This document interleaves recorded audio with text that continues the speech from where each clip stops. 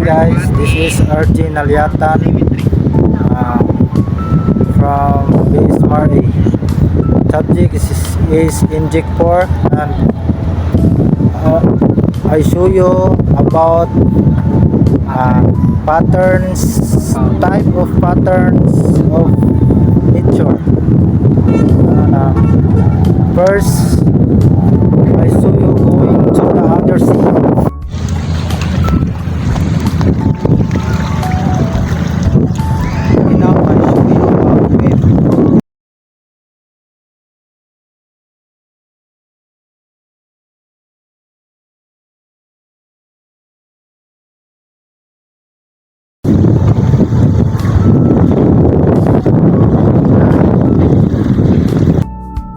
The waves meaning represent the transfer of energy through a medium of steam, resulting in repetitive undulating forms like ocean waves or ripples in sun.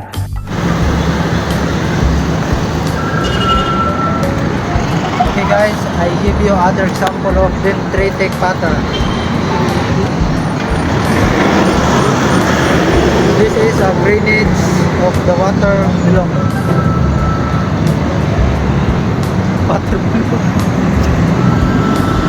Dendritic pattern meaning a branching tree-like structure often seen in river system, biological structures, and even some geological formation.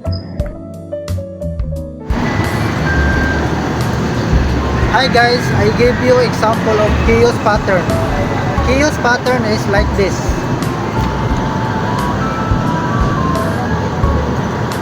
Chaos, a deterministic system with extreme sensitivity to initial condition, making long-term prediction impossible. Thank you. Yes, hello. I'll show you of other example of fractal pattern. This is fractal patterns of palm tree.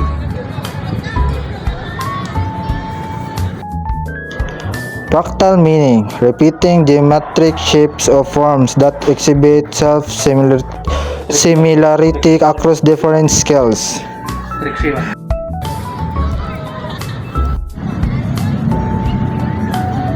Hello guys, this is branches of the tree.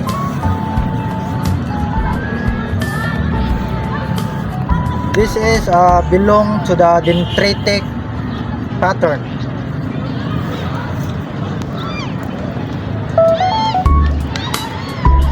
This belong to the spiral pattern, and this is called sculpted bush. Spiral meaning a highly efficient design that maximizes space, facilitates growth, and provides strength.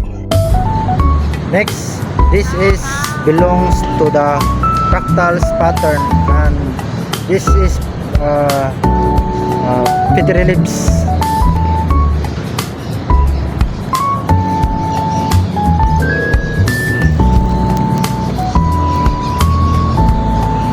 This is about the Fibonacci sequence.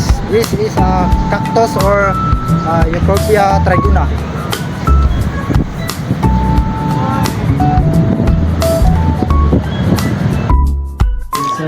Fibonacci sequence meaning frequently appears in nature due to its connection with the golden ratio and its role in efficient packing and growth.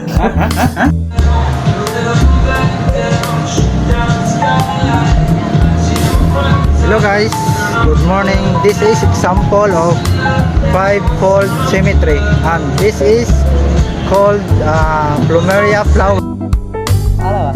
Symmetry meaning the quality of being made up of exactly similar parts facing each other or around an axis. Thank you for watching.